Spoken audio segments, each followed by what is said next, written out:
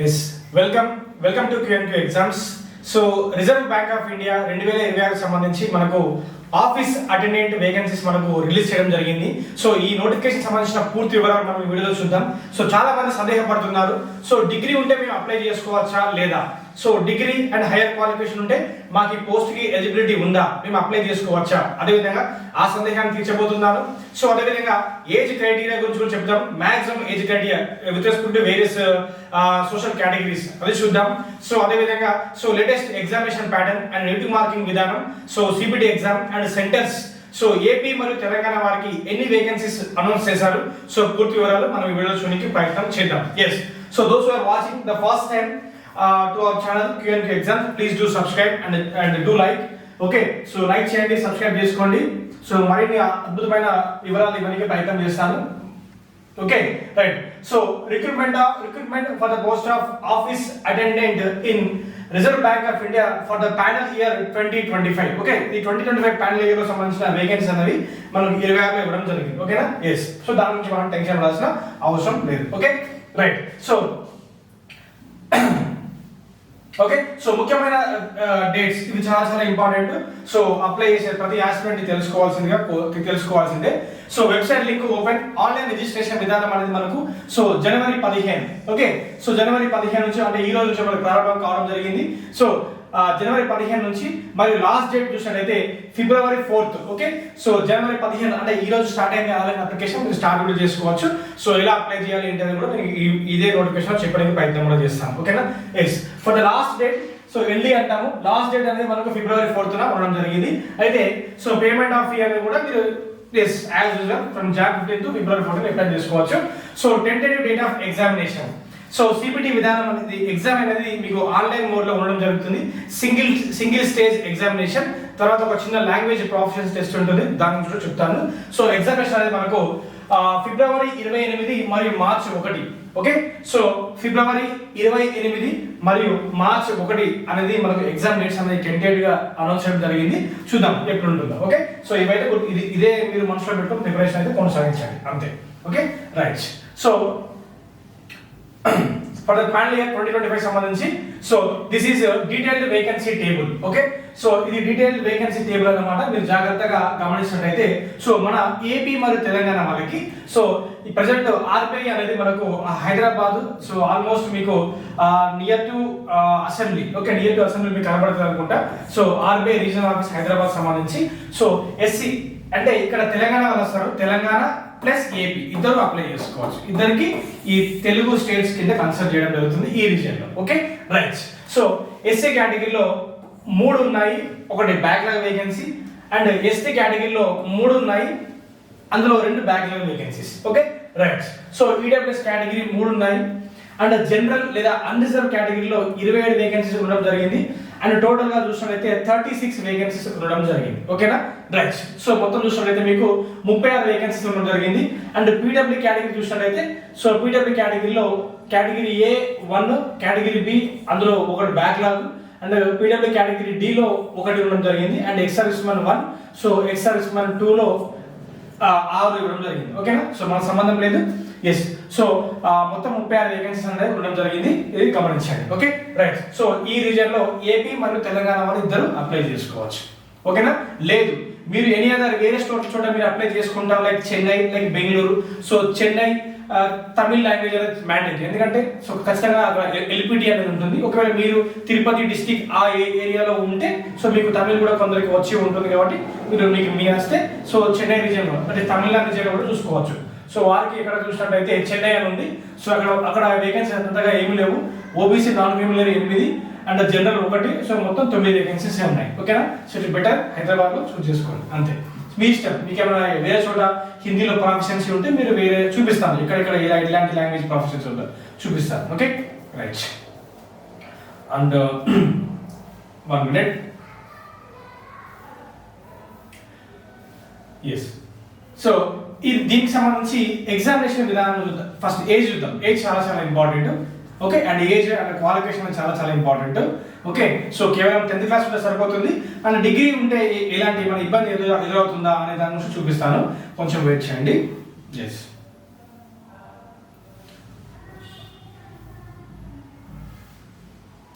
So crucial date of eligibility అనేది మీరు జనవరి 1 అని మెన్షన్ చేసినారు. క్రూషియల్ డేట్ ఆఫ్ ఎలిజిబిలిటీ అనేది జనవరి 1 అని మెన్షన్ చేసినారు. So right. సో ఇప్పుడు మనం డైరెక్ట్ గా క్వాలిఫికేషన్ లోకి నేను వెళ్ళిపోతున్నాను. సో డైరెక్ట్ గా మీరు గమనించినట్టయితే age important.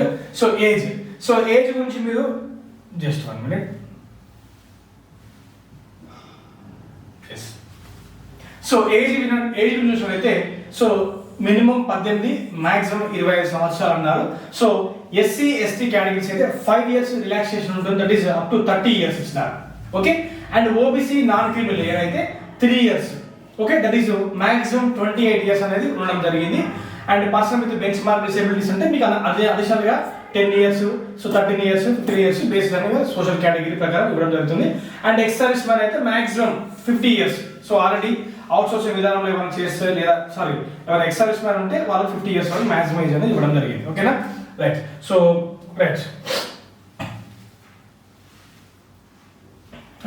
So next so ఇప్పుడు ఎడ్యుకేషన్ విధానం. ఓకే, సో ఎడ్యుకేషన్ విధానం అనేది మనం జాగ్రత్తగా గమనించాలి. సో అర్హత ఏంటిది, వాట్ ఇస్ ద క్వాలిఫికేషన్ ఏంటిది? క్వాలిఫికేషన్ చూసినట్లయితే so A candidate should have passed 10th SSC 10th class లేదా మెట్రికులేషన్ అంటాము. సో కేవలం 10వ తరగతి అర్హత 10th క్లాస్ ఉంటే మీరు అప్లై చేసుకోవచ్చు. 10th క్లాస్ ఉంటే అప్లై చేసుకోవచ్చు. మరి నాకు ఇంటర్ ఉంది, డిగ్రీ ఉంది, పీజీ కూడా ఉంది, లేదా నేను ఇప్పుడే డిగ్రీ చదువుతున్నాను, 3rd year లేదా డిగ్రీ 5th year లో ఉన్నాను అని అంటే దాని కూడా నాకు సొల్యూషన్ చెప్తాను. చూడండి, హియర్ వి హావ్ సొల్యూషన్. చూడండి, so the candidates should be an under graduate as on January 1st. జనవరి 1 వరకు మీరు అండర్ గ్రాడ్యుయేట్ పరిధిలోనే ఉండాలి. దట్ మీన్స్ మీకు ఇంటర్ అయిపోయినా పర్వాలేదు, సో డిగ్రీ మాత్రం కంప్లీట్ కావద్దు. జనవరి 1 వరకు, జనవరి 1, 2026 వరకు మీరు డిగ్రీ మాత్రం కంప్లీట్ అవ్వద్దు. అది candidate. For example, sir I'm pursuing degree 2nd year, now I'm in the final year of my degree semesters అంటే మీకు ఎలిజిబిలిటీ ఉందా లేదా అంటే yes, you have eligibility. So crucial date of eligibility అంటే January 1. So January 1 వరకు మీ degree అయిపోకూడదు. So as usual కొన్ని డిఆర్డిఓ కూడా మనం చాలా మటుకి చెప్పినాము with respect to crucial date of eligibility. So అది పెట్టండి, దానికి సంబంధం లేదు. సో జనవరి 1 వరకు ఎవరైతే డిగ్రీ కంప్లీట్ కాకుండా డిగ్రీ చదువుతూ కొనసాగుతున్నారో, ఇంకా డిగ్రీ అయిపోలేదు, నేను 3rd సెమిస్టర్లో ఉన్నా, ఫైనల్ సెమిస్టర్లో ఉన్నా అని అనుకున్నా, మీరు ఈ పోస్ట్కి ఎలిజిబిలిటీ 100% ఉంది. చెప్తున్నాను, 100%. మీకు ఇది ఎవరు చెప్పినా చెప్పకపోయినా దిస్ ఈస్ 100%. మీరు అప్లై చేసుకోవచ్చు. Okay, that but provided you should be an under graduate. So మీరు డిగ్రీ పాస్ అయ్యి బయటికి వస్తే అప్పుడు మిమ్మల్ని ఏమంటారు, యు ఆర్ ఏ గ్రాడ్యుయేటెడ్ అని అంటారు. ఓకేనా, మీరు పాస్ అయ్యి బయటికి రాలే కదా, సో మీరు అప్లై చేసుకోవచ్చు. క్లియర్ అయిపోయింది. Next, okay, so 10th class apply చేసుకోవచ్చు, ఇంటర్ ఉన్న అప్లై చేసుకోవచ్చు, degree 1st year, 2nd year లేదా 3rd year లో కొనసాగుతూ ఉన్న present you are continuing, yes you can apply for this post. Now examination pattern. Okay, so మనకు ఇందులో exam ఒక సింగిల్ సిబిటి ఎగ్జామ్ ఉంటుంది. సింగిల్ సిబిటి ఎగ్జామ్, దీని తర్వాత మీకు ఎల్పిటి ఉంటుంది. ఎల్పిటి అంటే language proficiency test. Okay, so భాష పరిజ్ఞానం సంబంధించిన టెస్ట్ అనేది ఉండడం జరుగుతుంది. సో మన తెలుగు వాళ్ళకి అనర్గళంగా మనం తెలుగులో మాట్లాడతాం, పెద్ద పనేం లేదు ఇక్కడ.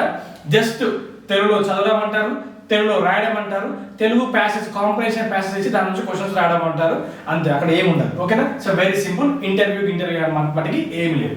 Okay, so online CBT exam, so through online test and language profession test, yes చెప్పినాము. సో రీజనింగ్ మొత్తం మనకు 120 క్వశ్చన్స్ పడుతున్నాయి, 120 మార్క్స్ ఇస్తున్నారు. సో 1 hour 30 minutes, 90 minutes ఇవ్వడం జరుగుతుంది. 1 hour 30 minutes.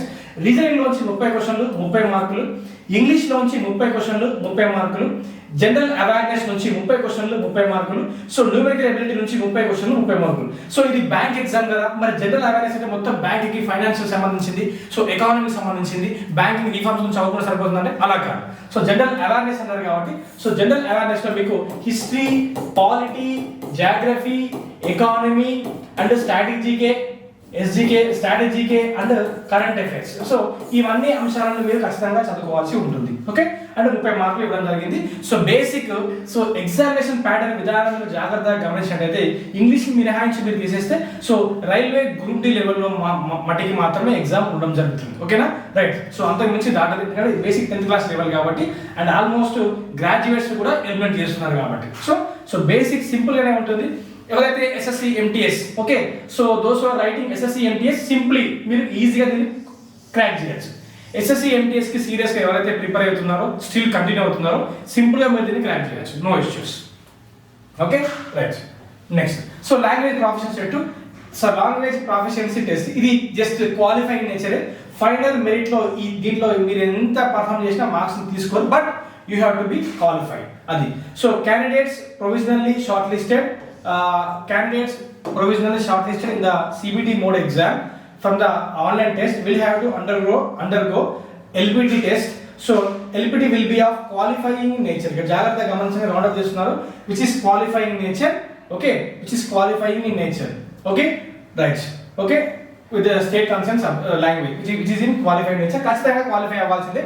ఒకవేళ LPT లో పోయినారనుకోండి డిస్క్వాలిఫై చేస్తామని ఇక్కడ క్లారిటీగా shall be disqualified. Okay, candidates not proficient in the official language of the specified state shall be disqualified. Okay, so LPT ki mana telugu vallu farag em ledhu, easy-ga clear cheyastanu. Okay, right. So this is complete information and inka దీనికి సంబంధించిన examination centres చూపిస్తాను and pay scale salary ఎంత ఉండబోతుంది, very very important. ఇది తెలుసుకొని మనం ఎన్ని పోస్టులకు అప్లై చేస్తాం కాబట్టి selected candidates will be draw a static basic pay of 24,250 rupees along with some additional benefits like gross emoluments, monthly insurance emoluments and HRA. Okay, so approximately you will be carried to your home per month as 46,029 rupees. So 46,029 rupees per month, which is central government job, super duper job, మంచి job. Okay, చాలా బాగుంటుంది and మీకు additional benefits, medical facilities, రీఇంబర్స్మెంట్స్ అని ఉంటుంది. Next nature of work చాలా important. ఎలాంటి work ఉంటుంది, okay, nature of work. Okay, so ఎలా జాబ్ ప్రొఫైల్ ఎలా ఉంటుంది, okay, job profile. So job profile గురించి జాగ్రత్తగా గమనించినట్లయితే the post of office attendant is a class 4 post and its duties shall generally include physical movement and dispensation of files, office files, records, office articles and utility items etc. Okay, so delivery of some postages ఉంటాయి కూడా చూసుకోవాలి. Opening and closing of the sections, divisions and departments and photocopying and assisting other non-clerical routine works and any other work as assigned by the senior of the bank or per requirement, as per the requirement. And so custom name same SSC MTS లాంటి profiles maximum అలాగే ఉంది. SSC MTS లాంటి ప్రొఫైలే ఉంది except హవాల్దార్. Okay, right. So SC ST and OBC PW candidates కి మనకు pre examination training కూడా ఇందులో ఇచ్చినారు. మీకు అవసరం ఉంటే దీనికి ప్రొఫార్మా ప్రకారం క్యాస్ట్ ప్రొడ్యూస్ చేస్తే సరిపోతుంది. అండ్ క్యాస్ట్ సర్టిఫికేట్ కూడా లేటెస్ట్. ఓకే, సో క్యాస్ట్ కూడా లేటెస్ట్ సర్టిఫికేట్ అడిగినారు. సో ఓబీసీ నాన్ క్రిమినల్ అయితే సో ఓబీసీ నాన్ క్రిమినల్ మీరు అప్లై చేసుకోండి. సో మీకు మాక్సిమం 2 or 3 days లో ఓబీసీ వాళ్ళ సర్టిఫికేట్ వస్తుంది. SC ST వాళ్ళు కూడా లేటెస్ట్ క్యాస్ట్ మాత్రం ఆన్లైన్లో ఫిల్అప్ చేయాల్సి ఉంటుంది. ఓకేనా, right. Next so instruction for online application. So for online application procedure విధానం మీకు ఇందులో ఆన్లైన్ వెబ్ బేస్డ్ లో మీ యొక్క ఫోటో క్యాప్చరింగ్ విధానం కూడా ఉంటుంది. అది కూడా మీరు చేసుకోవాలి లైక్ సేమ్ ఎస్ఎస్సి ఎంటీఎస్ అంతే. Okay, right. సో అదే విధంగా ఉంటుంది. సో మీరు basic details 10th class certificates submit చేయాలి అండ్ క్యాస్ట్ లేటెస్ట్ సబ్మిట్ చేయాలి and OBC non criminal latest OBC certificate ఇలా OBC non criminal latest submit చేయాల్సి ఉంటుంది. ఓకే, సో టైం ఉంది మనకు February 4 వరకు టైం ఉంది కాబట్టి సో ఈ గ్యాప్ లో అరేంజ్ చేసుకోండి. ఓకేనా, right. Okay, next so sorry yes so ఇప్పుడు మనం examination centres. Okay, so examination centres గురించి చూపిస్తాం. సో వెరీ సింపుల్ నోటిఫికేషన్, పెద్దగా మనం చదువుకోవాల్సిన అవసరం ఏం లేదు. So guide lines for signature and question ఇది చూపిస్తాను. ఇదైతే important. Right. So guide lines for uploading of the signature and as well as photograph. Okay right. So photograph అనేది మీకు 4 సెంటీమీటర్ బై 3.5 సెంటీమీటర్ డైమెన్షన్ లో మీరు అప్లోడ్ చేయాల్సి ఉంటుంది. So next తర్వాత నెక్స్ట్ మీకు okay 50 KB maximum size photograph capture.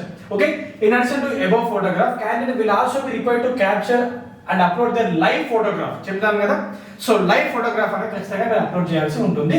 Okay, dos and don'ts కూడా మీరు మెన్షన్ చేస్తున్నారు. Signature along with left thumb impression కూడా మీకు ఇందులో ఉంది. And hand written declaration. Okay, so hand written declaration కూడా ఇక్కడ మీకు సో ఇక్కడ నేమ్ ఆఫ్ ద క్యాండిడేట్స్ ఇక్కడ మీరు మీ యొక్క నేమ్ మీ యొక్క సైన్ కాదు, జస్ట్ మీ యొక్క పేరుని ఇక్కడ మెన్షన్ చేయాలి. సో ఇది మీరు స్కాన్ చేసి మీరు మొబైల్ ద్వారా అప్లై చేసుకోవచ్చు అంటే ఎస్, మొబైల్ ద్వారా కూడా అప్లై చేసుకోవచ్చు. Okay, and left thumb impression కూడా మీరు అక్కడ మెన్షన్ చేయాల్సి ఉంటుంది. Okay right. సో ఇప్పుడు ఎగ్జామినేషన్ సెంటర్ లో చూద్దాం. సో ఎగ్జామినేషన్ సెంటర్ మన ఏపీ మన తెలంగాణ వాళ్ళు ఎక్కడ రాయాలి, ఎక్కడికి వెళ్ళాలి, ఎక్కడ రాసుకోవాలి ఎగ్జామ్ అనేది చూపిస్తాను. ఒక నిమిషం రైట్.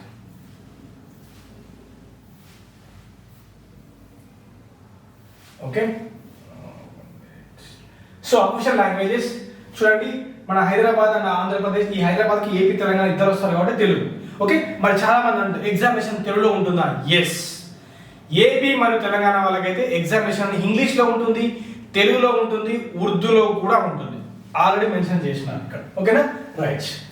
నెక్స్ట్ ఇక్కడ చూడండి, మీడియం ఆఫ్ ఎగ్జామినేషన్ చాలా చాలా ఇంపార్టెంట్. చాలా మంది మన తెలుగు మీడియం అభ్యర్థులు చాలా మంది ఉంటారు కాబట్టి సో వారి కోసం సో మరొక విజ్ఞప్తి for the Hyderabad reason, that is మన ఏపీ తెలంగాణ వాళ్ళకి. సో మీడియం ఆఫ్ ఎగ్జామినేషన్ అనేది ఇంగ్లీష్లో ఉంటుందండి, హిందీలో ఉంటుందండి, తెలుగులో ఉంటుందండి, ఉర్దూలో కూడా ఉంటుంది. ఓకేనా, సో మీడియం ఆఫ్ లాంగ్వేజ్ అక్కడ అడుగుతుంది, అడిగితే మీరు అక్కడ మెన్షన్ చేయండి, మీ ఇష్టం. ఓకేనా, మీ నచ్చిన విధంగా. ఓకే క్లియర్, తెలుగులో కూడా ఉంటుంది, హిందీలో కూడా ఉంటుంది, ఇంగ్లీష్లో కూడా ఉంటుంది.